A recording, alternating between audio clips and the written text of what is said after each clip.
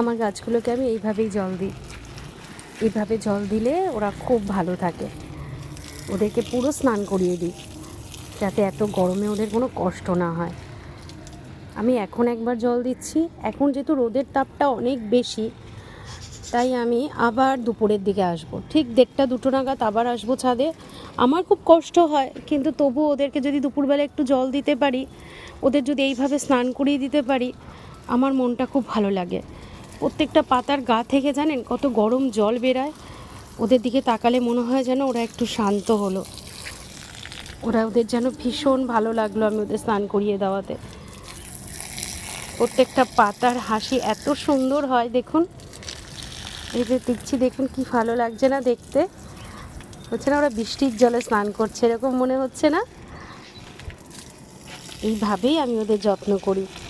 ওদেরকে কিন্তু আমি আর বেশি কিছু দিই না, খুব বেশি সার, আমি তো কোনো কেমিক্যাল ইউজ করি না। যা দেওয়ার ঘরেরই টুকটাক দিই আমি। তাতেই ওরা যেভাবে আমাকে ফুল দেয়, যে দেখুন, এত ভালো লাগে আমার মনটাই ভালো হয়ে যায়।